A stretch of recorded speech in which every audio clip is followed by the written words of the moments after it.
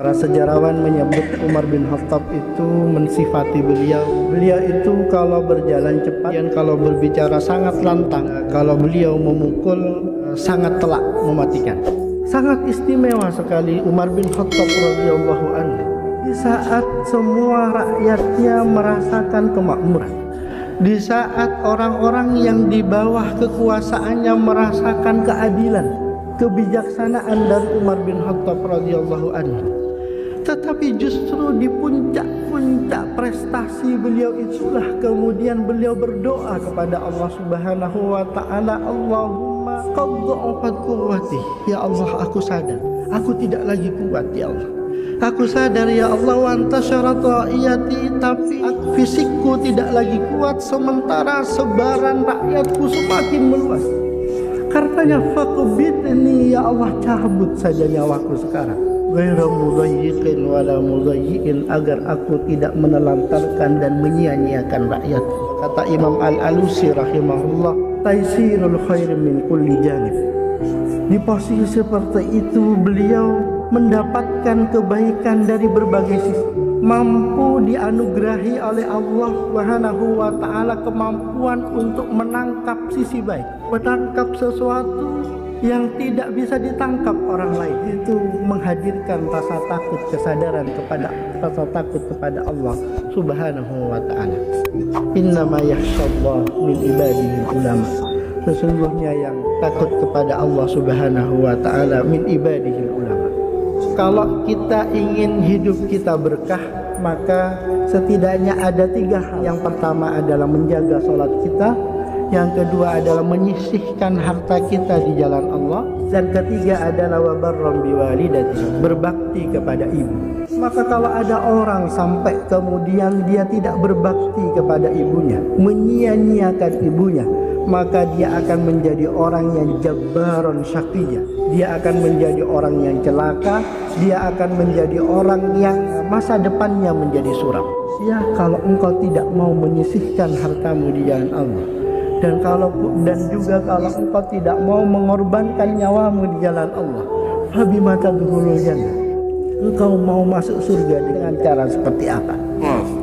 Bisa jadi dari sesuatu yang dia benci, justru itulah yang menjadi sebab dia masuk surga. Kalau kita merasakan lemah iman, nampaknya kita perlu mendengung-dengungkan di dalam diri kita, fabima adkhulul jannah. Kalau aku tidak bersemangat dalam urusan ketaatan ini, kalau aku tidak terlibat dalam urusan amal soleh ini, kalau aku tidak terlibat dalam urusan berkorban di jalan Allah ini, fabima adkhulul jannah, aku mau masuk surga dengan cara seperti apa?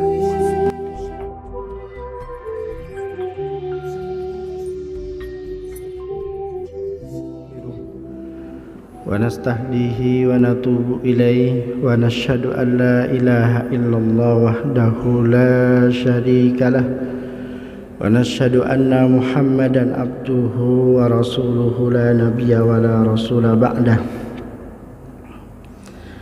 Hadirin jamaah salat subuh Masjid Nur Muhammad yang dirahmati Allah Subhanahu wa taala.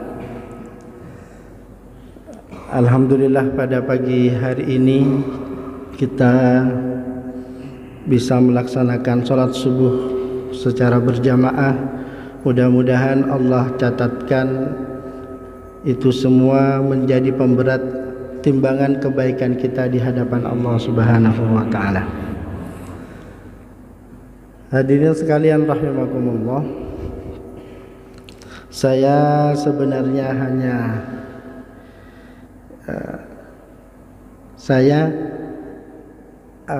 asli Madura, asli dari Kangean, murid dari Ustadz Amu Hasan, kemudian satu pondok sama Ustadz Badrus. SD-nya saya di kelas 5-6-nya SD di Bangselok 3. Sekarang tinggal di Berlian. Hadirin sekalian rahimakumullah,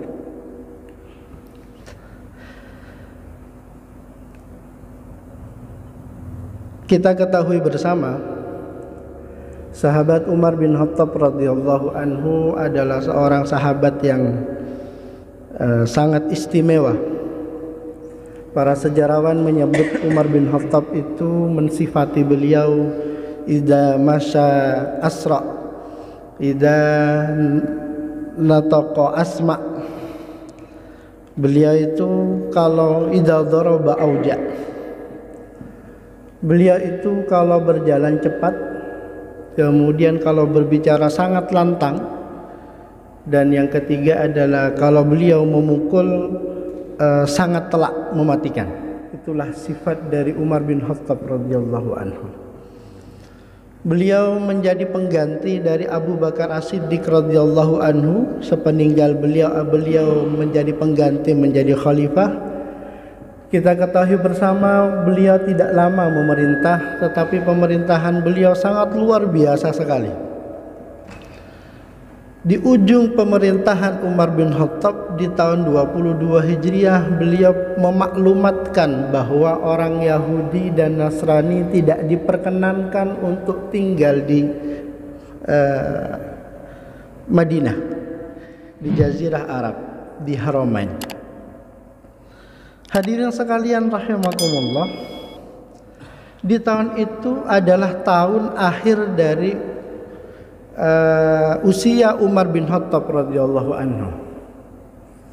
Di tahun itu beliau memimpin haji untuk yang terakhir kalinya. Kemudian setelah beliau menunaikan haji, kemudian setelah itu beliau beristirahat di salah satu pohon yang tidak jauh dari kota Madinah. Begitu kata para sejarawan. Kemudian sambil mendongakkan kepalanya, beliau berdoa kepada Allah Subhanahu wa taala, Allahumma qadda fad quwwati wa nasharat ra'iyati faqbitni ghaira mudayyiqin wala mudayyi'in. Kata beliau, berdoa kepada Allah Subhanahu wa taala sambil menengadahkan tangannya, mendongakkan kepalanya ke langit sambil berujar, Allahumma qaddu'ufat quwwati. Ya Allah, tubuhku, fisikku tidak lagi kuat. Wa antasharat ra'iyati, sementara rakyatku sebarannya semakin meluas. Karenanya ya Allah, faqbitni ghaira mudayyiqin wala mudayyi'in. Ya Allah, cabut saja nyawaku hari ini, agar aku tidak menelantarkan dan aku tidak menyia-nyiakan rakyatku. Hadirin sekalian rahimakumullah, sangat istimewa sekali Umar bin Khattab radhiyallahu anhu. Di saat semua rakyatnya merasakan kemakmuran, di saat orang-orang yang di bawah kekuasaannya merasakan keadilan, kebijaksanaan dari Umar bin Khattab radhiyallahu anhu. Tetapi justru di puncak-puncak prestasi beliau itulah kemudian beliau berdoa kepada Allah Subhanahu wa taala, Allahumma qad dha'afat quwwati. Ya Allah, aku sadar aku tidak lagi kuat ya Allah. Aku sadar ya Allah, wa antasharat ra'iyati, tapi fisikku tidak lagi kuat sementara sebaran rakyatku semakin meluas. Karenanya faqbidni ya Allah, cabut saja nyawaku sekarang. Ghairu mudayyiqin wala mudayyi'in, agar aku tidak menelantarkan dan menyia-nyiakan rakyatku. Hadirin sekalian rahimakumullah, satu kesadaran yang sangat istimewa dari Umar bin Khattab. Tidak mudah di posisi seperti ini kemudian melantunkan doa kepada Allah agar tidak menelantarkan. Hadirin sekalian rahimakumullah, Umar bin Khattab radhiyallahu anhu memberikan keteladanan kepada kita. Beliau melakukan sesuatu dalam hidupnya dengan penuh amanah. Beliau melakukan segalanya dengan penuh rasa takut kepada Allah Subhanahu wa taala.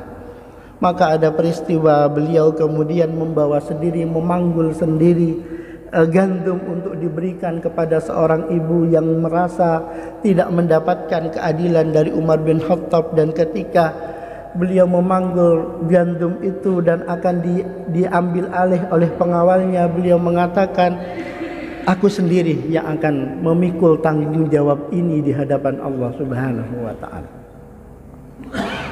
Hadirin sekalian rahimakumullah, keteladanan yang sangat istimewa dari Umar bin Khattab ini adalah keteladanan inilah yang mungkin kalau kata Imam Al-Alusi rahimahullah, taisirul khair min kulli janib.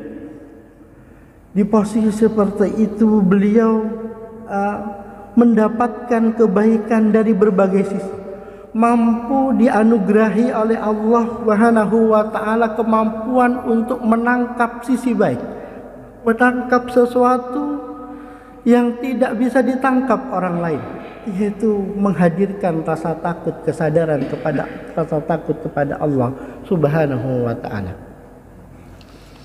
Hadirin sekalian rahimakumullah, kisah ini memberikan inspirasi kepada kita bahwa ada saatnya seseorang itu harus mempunyai kesadaran rasa takut kepada Allah Subhanahu wa ta'ala, seperti yang dimiliki oleh Umar bin Khattab, seperti yang dimiliki oleh Umar bin Khattab radhiyallahu anhu. Innama yakhshallah min ibadihil ulama, sesungguhnya yang takut kepada Allah Subhanahu wa ta'ala min ibadihil ulama. Rasa takut inilah yang perlu kita hadirkan, dan rasa takut itulah yang kemudian mengantarkan Umar bin Khattab mengucapkan doa yang memanjatkan doa yang seperti itu.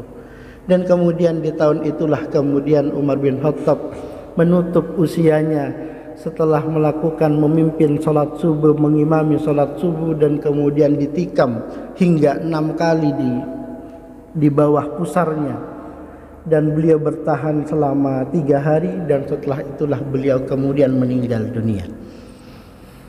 Hadirin sekalian rahimakumullah, inilah pelajaran atau keteladanan yang ditunjukkan oleh Umar bin Khattab kepada kita, betapa pentingnya rasa takut kepada Allah Subhanahu wa ta'ala. Halakamru'um lam ya'rif qadra, sungguh celaka sekali manakala ada orang yang tidak menyadari kemampuan dirinya. Dan Umar bin Khattab radhiyallahu anhu betul-betul sadar diri, dan di tahun itulah setelah beliau memanjatkan doa, di tahun beliau memanjatkan doa tadi, kemudian Allah Subhanahu wa ta'ala mencabut nyawa beliau. Hadirin sekalian rahimakumullah, mudah-mudahan Allah Subhanahu wa ta'ala karuniakan kepada kita rasa takut kepada Allah Subhanahu wa ta'ala, yang menjadikan kita tetap adil, yang menjadikan kita tetap memikul tanggung jawab, yang menjadikan kita peduli dengan keluarga kita, yang menjadikan kita tetap takut kepada Allah Subhanahu wa ta'ala. Saya kira jadi kalau kata Imam Al-Alusi tadi, sebenarnya itu adalah ungkapan beliau, kita menafsirkan ayat wa ja'alani mubarakan ainama kuntu wa usani bis salati waz zakati ma dumtu hayya wa barram biwalidati wa barram bil walidati wa lam yaj'alni jabbaran syaqiyya. Jadi ada doa ada perkataan dari Nabi Isa alaihi salam, kata beliau, wa ja'alani, Allah telah menjadikanku mubarakah, diberkahi. Kemudian apa yang dimaksud dengan mubarakah? Mubarakah itu kata Sufyan Ats-Tsauri adalah taisirul khair min kulli janib, kemampuan untuk mendapatkan kebaikan dari segala sisi. Hadirin sekalian rahimakumullah, kemudian dalam tafsirnya juga disebutkan bahwa mubarakan itu, kenapa kemudian Nabi Isa disebut mubarakan? Karena beliau arif, 2 hal, arifan billah wa da'iyan ilallah. Karena yang pertama beliau itu mengenal Allah, takut kepada Allah, dan yang kedua adalah menjadi sosok yang mengajak orang kepada Allah Subhanahu wa taala. Hadirin sekalian rahimakumullah, maka mubarakan itu setidaknya di dalam ayat itu, kalau kita ingin hidup kita berkah, maka setidaknya ada 3 hal seperti yang dikatakan oleh Nabi Isa alaihissalam. Yang pertama adalah ausani bis shalah waz zakah madumtu hayya wa barram biwalidati wa lam yaj'alni jabbaran syaqiyya. Yang akan menjadikan hidup kita berkah di dalam ayat itu adalah ada 3. Yang pertama adalah menjaga salat kita, yang kedua adalah menyisihkan harta kita di jalan Allah, zakat, dan ketiga adalah wa barram biwalidati, yaitu berbakti kepada ibu. Imam Hasan Al-Basri mengatakan ketika mengomentari kenapa kemudian Allah Subhanahu wa taala atau Nabi Isa mengatakan wa barram biwalidati wa lam yaj'alni jabbaran syaqiyya, berbakti kepada seorang ibu, dan kemudian walam yaj'alni, untuk itu kemudian walam yaj'alni jabbaran syaqiyya, Allah menjadikanku menjadi pribadi yang tidak menjadi orang yang tidak celaka dan menjadi orang yang tidak suram masa depannya. Hadirin sekalian rahimakumullah, kata Imam Al-Hasan Al-Basri, maka kalau ada orang sampai kemudian dia tidak berbakti kepada ibunya, menyia-nyiakan ibunya, maka dia akan menjadi orang yang jabbaron syaqiyya. Dia akan menjadi orang yang celaka, dia akan menjadi orang yang masa depannya menjadi suram. Hadirin sekalian rahimakumullah, saya istri orang Semarang. Punya liburan kemarin saya berkunjung, kemudian mendapatkan cerita ada tetangga itu di Semarang persis. Seorang anak sudah berkeluarga, kemudian bercerai dengan suaminya, kemudian anaknya yang sebelumnya sekolah, kemudian anaknya menjadi tidak terurus, terlantar segala macam. Saya betul-betul menyaksikan, kalau sebelumnya ada mungkin hanya cerita-cerita saja. Anak ini perempuan sebenarnya. Orang ini, si perempuan ini kemudian sampai mengusir ibunya. Betul-betul mengusir ibunya. Baju ibunya dilempar keluar pagar, dimasukkan ke dalam sampah.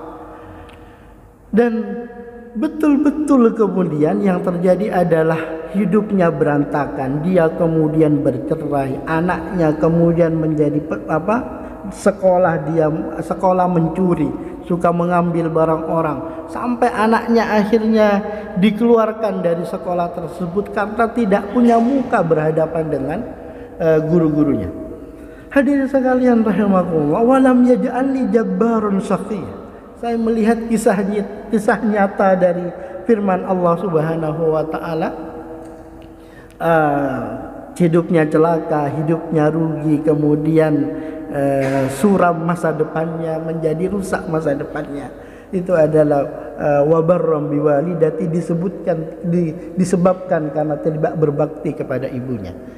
Hadirin sekalian rahimakumullah, jadi kalau hidup kita ingin berkah, kuncinya ada 3. Menjaga salat kita, hablum minallahnya harus kita jaga betul. Kedekatan kita dengan Allah Subhanahu wa taala harus kita jaga betul. Kemudian yang kedua adalah menyisihkan harta di jalan Allah Subhanahu wa taala. Suatu ketika ada seorang A'rabi namanya Ibnu Khassasiyah, di dalam riwayat Ahmad, di dalam Musnad Ahmad disebutkan, datang kepada Rasulullah sallallahu alaihi wasallam, "Wahai Rasulullah, saya ingin masuk Islam. Apa yang harus saya lakukan?" Kata Rasulullah, "Antashhada an la ilaha illallah wa anna Muhammadar Rasulullah." Engkau ucapkan 2 kalimat syahadat. Wa antuqimas shalah. Engkau kerjakan salat. Kemudian engkau berhaji ke Baitullah. Kemudian engkau berpuasa di bulan Ramadan. Kemudian engkau sisihkan hartamu di jalan Allah. Wa tujahidu fi sabilillah, dan engkau korbankan nyawamu di jalan Allah Subhanahu wa taala. Kata Ibnu Khassasiyah kepada Rasulullah, "Wahai Rasulullah, kalau untuk mengucapkan syahadat akan aku ucapkan sekarang. Kalau untuk mengerjakan sholat 5 waktu akan aku kerjakan. Kalau untuk berpuasa di bulan Ramadan selama sebulan akan aku kerjakan.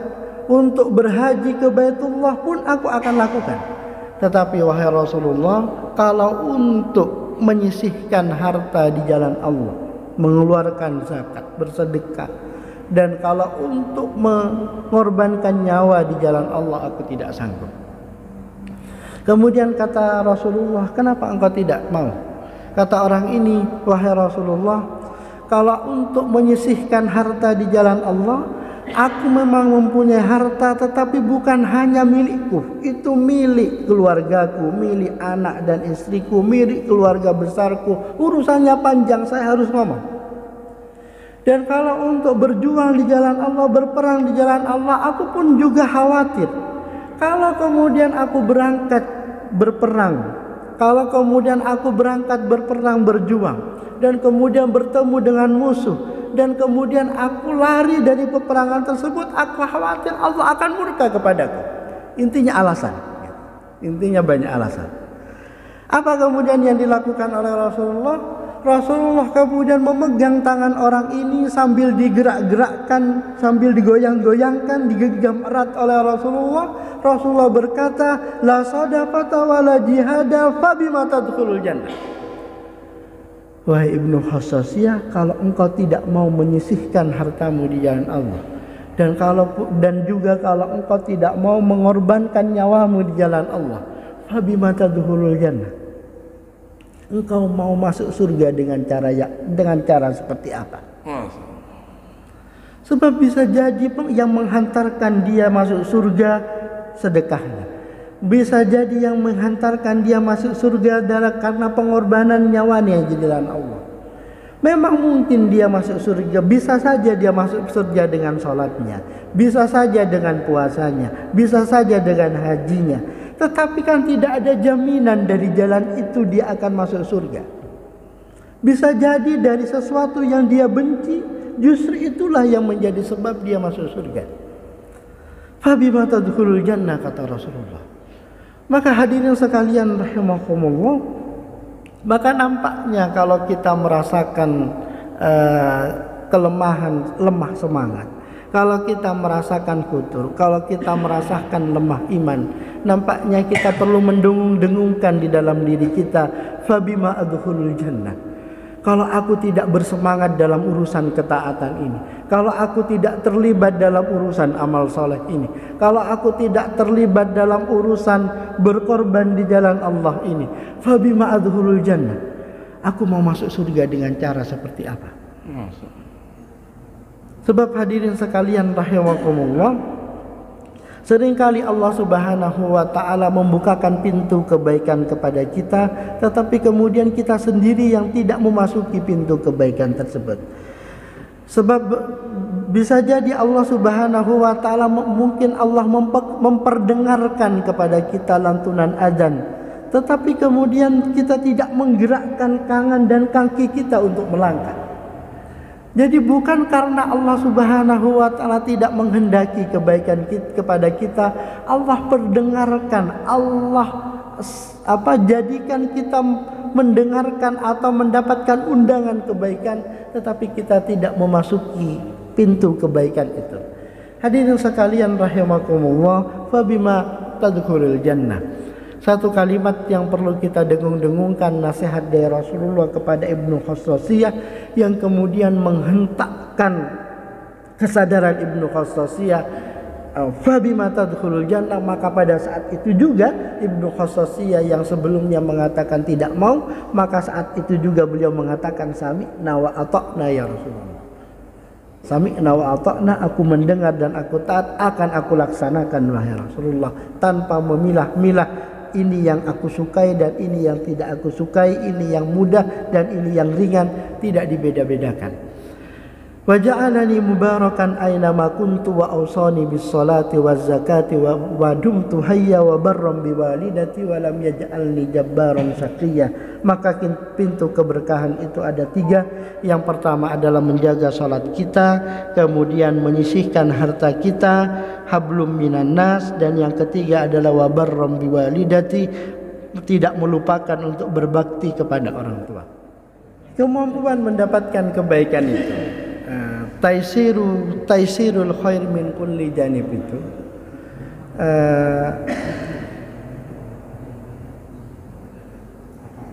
taisirul janibil khair itu gambarannya juga adalah atau mendapatkan nilai plus, nilai kebaikan plus yang kita dapatkan itu adalah seperti misalnya ketika Nabi Sulaiman alaihi salam kemudian berdoa kepada Allah Subhanahu wa taala, hada min fadli rabbi liyabluwani aashkur am akfur.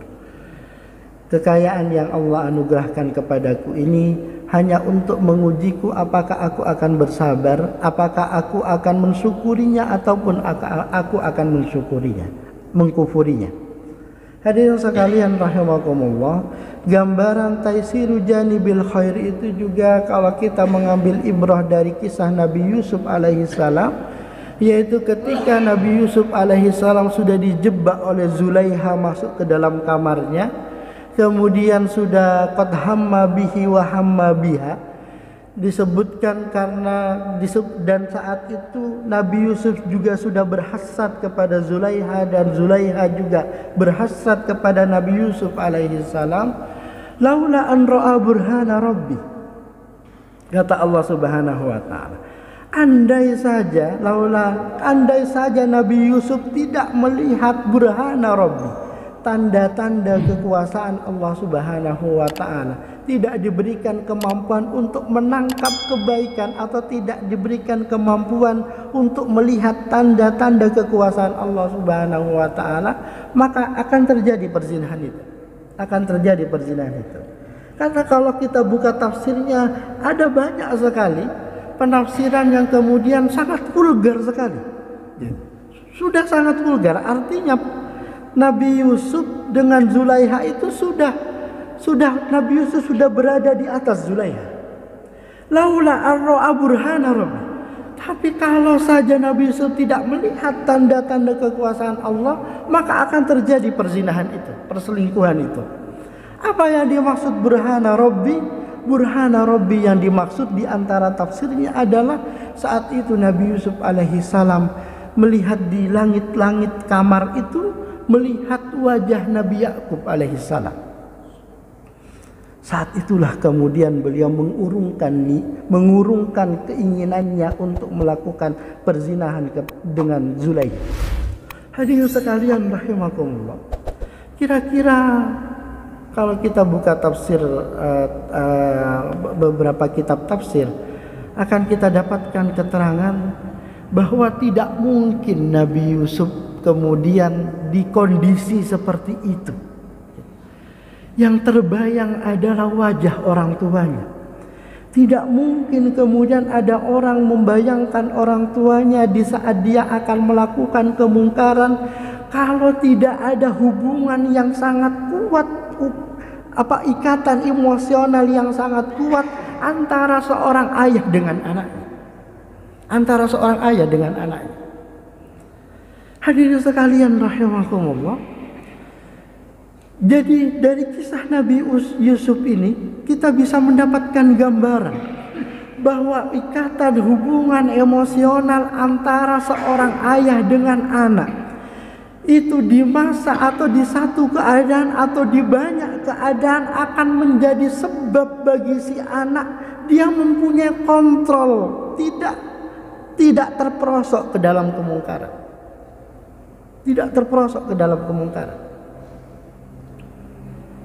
Disitulah kemudian sebagian mufassir menyebutkan mungkin inilah yang menjadi sebab kemudian banyak anak-anak yang lepas kontrol gitu.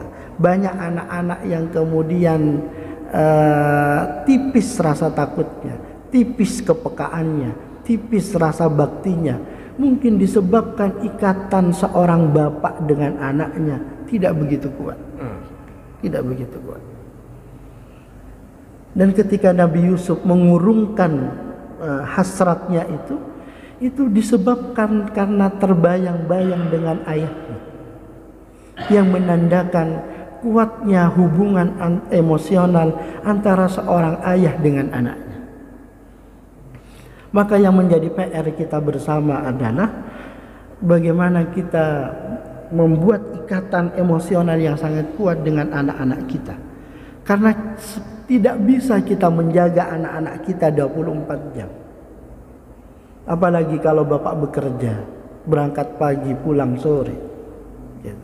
Antara pagi sama sore, siapa yang menjaga anak-anak kita? Siapa yang menjaga anak-anak kita? Yang menjaga anak-anak kita itu diantaranya adalah disebabkan hubungan kita yang erat dengan anak-anak kita. Inilah yang menjadi PR bagi kita. Inilah taisiru jadi bil khair yang didapat oleh Nabi Yusuf alaihi salam, yang didapatkan oleh Nabi Yusuf alaihissalam, sehingga beliau tidak terjerumus ke dalam perbuatan yang mungkar seperti itu tadi. Namun kata Allah Subhanahu wa taala, jadi taisiru janibil khair itu juga bisa kita dapatkan gambarannya pada sosok Nabi Ayyub alaihissalam. Bukan hanya di saat kaya, bukan hanya di saat seperti peristiwa Nabi Yusuf alaihissalam, tetapi pada peristiwa yang menimpa Nabi Ayyub alaihissalam, Allah Subhanahu wa taala mensifati Nabi Ayyub, inna wajadnahu sabira. Kami mendapati Ayyub itu adalah orang yang sabar. Nikmal abdu, dia adalah sebaik-baik hamba, innahu awwab, sesungguhnya dia adalah orang yang tunduk, orang yang takut kepada Allah Subhanahu wa taala. Maka taisirul khair ketika seseorang sakit itu adalah ketika dia bisa bersabar kepada Allah, dia menerima keadaannya itu, maka pada saat itulah dan ketika dia bersabar, maka itulah orang yang nikmal abdu, sebaik-baik hamba. Ketika dia bersabar, diuji oleh Allah Subhanahu wa taala, dia bersabar, nikmal abdu, maka dia adalah sebaik-baik hamba.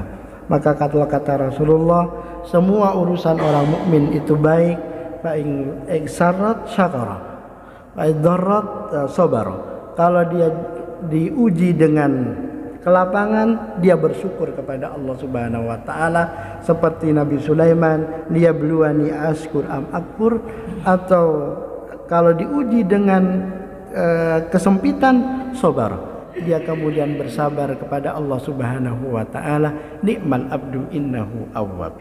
Sudah 4.50. Astar. Tambah sedikit. Saya kira cukup apa yang kita bisa sampaikan pada kesempatan pagi ini. Mudah-mudahan bermanfaat. Aku qouli hadza, astaghfirullahaladzim. Assalamualaikum warahmatullahi wabarakatuh. Waalaikumsalam.